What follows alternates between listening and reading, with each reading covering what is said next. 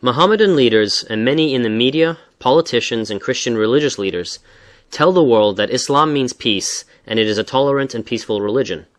How can they say these things when every single day we see and hear about acts of terror committed by the followers of Muhammad in the name of Allah all over the world and invariably against defenseless civilians? Are they being politically correct or hiding their heads in the sand? What are the facts based on the Mohammedan Muslim records? One can easily understand why the Mohammedan leaders would want to deceive and mislead people about the facts regarding Muhammad and Islam. After all, they have their agenda of converting, subjugating, or annihilating all human beings who do not believe as they do, as we have shown in our previous chapters. What is absolutely sickening, sycophantic, and disgusting are our political and religious leaders, as well as the media, who are doing their worst to misrepresent the facts in the name of cultural diversity, political correctness, and/or stable relations between unbelievers and believers. The Christian religious leaders in particular show an incredible degree of cowardice and subservience vis-à-vis the followers of Muhammad. Let us look at the facts and reality. The Christians are publicly and regularly persecuted, discriminated against, murdered, enslaved, or exiled in almost every single Muhammadan country. For example, Iraq, so-called Palestine, Pakistan, Sudan, Egypt, Algeria, Nigeria, Lebanon, Saudi Arabia, Yemen, Kuwait, Afghanistan, etc., etc., etc. And yet, rarely do the Christian leaders, the media, or our politicians mention these acts, and when they do, it is in whispers or in small print. Contrary to the image painted by his followers as a man of peace, kindness, and compassion, the hadith records, as corroborated by the relevant verses in the Quran, show Muhammad as a man full of hate, spite, and vengeance, a political theocratic person with an incredible degree of intolerance when contradicted or satirized, and with utter contempt for the lives of those he perceived as his enemies. Muhammad repeatedly ordered his followers to commit acts of treason, deception, and murder, while he himself refrained from doing his own dirty work. He acted as, and was, in reality, the head of the first organized crime syndicate in history. Muhammad was the precursor of the mafia bosses who do their best not to be directly implicated in any and all criminal acts, but leave it to their underlings to do so. The following are just a few such instances as verified and attested to by Muhammadan historians. 1.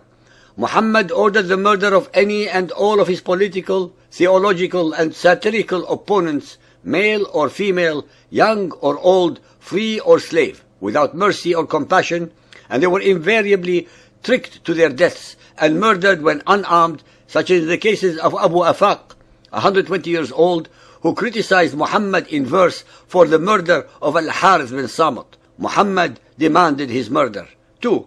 Asma bint Marwan of Medina, who satirized Muhammad after having had Afaq murdered, was his next victim. Once again, he had one of his followers commit the nefarious deed. Who will rid me of Marwan's daughter? At which Umayr al-Khatmi immediately crept into her house and murdered her. On his return, he confirmed that he had killed her, at which Muhammad was greatly pleased and said to him, "You have greatly helped Allah and His Apostle, O Umayr." 3. Ka'b bin al-Ashraf of Medina, Sahih al-Bukhari 4.168. The Prophet said, "Who is ready to kill Ka'b bin Ashraf?" Muhammad bin Maslama replied, "Do you like me to kill him?" The Prophet replied in the affirmative. Muhammad bin Maslama said, "Then allow me to say what I like." The Prophet replied, "I do." 4. Qurayza tribesmen. 5. Khaybar settlement. 6. The Meccan 10. 7. Kinana of Khaybar. 8. Muslims of Urayna. Ibn Ishaq Sirat Rasulullah is full of raids sanctioned by Muhammad to betray, despoil, ambush, and murder his opponents. Abu Afaq, Asma bint Marwan, Ka'b bin al-Ashraf, Kinana of Khaybar, and most of the above murdered men and women, young and old, were never a threat to Muhammad or to his movement. They were, nonetheless, the only living conscience that was left in Arabia to oppose such a wanton liar and mass murderer. Al-Imran 3.151. Soon we shall strike terror into the hearts of the infidels. Allah the compassionate, the merciful, is siding with Muhammad against his own creation, whom he had already predestined to err. There are hundreds of such verses permeating the surahs of the Quran. Al-Anfal 8.12, I shall terrorize the infidels. Bukhari 5.401, Allah's wrath became severe on anyone the Prophet killed in Allah's cause. It is not enough for Muhammad's Allah to cause the death of his predestined creatures, but Allah has even more wrath to inflict upon the innocent victims.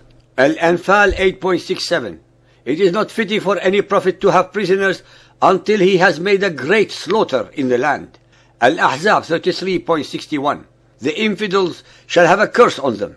Whenever they are found, they shall be seized and slain without mercy. A fierce slaughter, murdered, a horrible murdering. Bukhari 5.397, Allah revealed, your Lord will send thousands of angels riding upon chargers, sweeping down as a form of good tidings to reassure you that victory comes from Him. He will cut off parts of the unbelievers, overthrow them, and turn them back in frustration, for Allah is forgiving and kind. According to the Quran and Hadiths, Muhammad and his followers could never win a single battle without the help of Allah and His angels of death. With such slaughter and decapitation, which part of the above hadith represents Allah's forgiveness or kindness? Bukhari 4220, Allah's Apostle said, I have been made victorious with terror. Bukhari 4.256, the Prophet was asked whether it was permissible to attack infidels at night with the probability of exposing their women and children to danger. The Prophet replied, their women and children are from them. Muhammad was an equal opportunity predator. He could not show any mercy or compassion to any and all who did not believe as he did. His followers, even at the present time after the lapse of 1400 years, exhibit the same unrestrained hate-mongering and war-mongering characteristics all over the world. They are, after all, his perfect clones.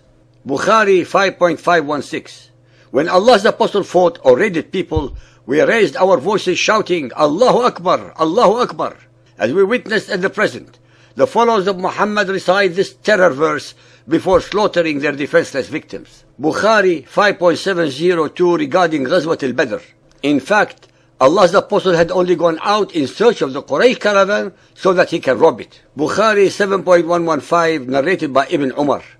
During the lifetime of the Prophet, we used to avoid chatting leisurely and freely with our wives, lest some divine inspiration might be revealed concerning us. But when the Prophet had died, we started chatting leisurely and freely with them. It should never be a surprise to any thinking person as to why the followers of Muhammad all over the world exhibit such incredible and unbridled hatred of all those who do not follow their creed. They are, after all, only emulating the Quran and Muhammad's Sunnah as he had instructed them to do before he died. Ishaq 288, the Quraysh said, Muhammad and his companions have violated the sacred month, shed blood, seized property, and taken men captive.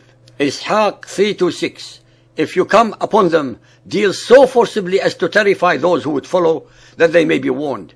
Make a severe example of them by terrorizing Allah's enemies. Allah said, no prophet before Muhammad took booty from his enemy, nor prisoners for ransom. Even according to the records of the Muhammadans, only Muhammad was a terrorist, plundering, and booty-seeking prophet. I honestly do not have the stomach to continue reciting any further morbid and ungodly examples. Those of our listeners who want to know more should read them at their leisure on our website.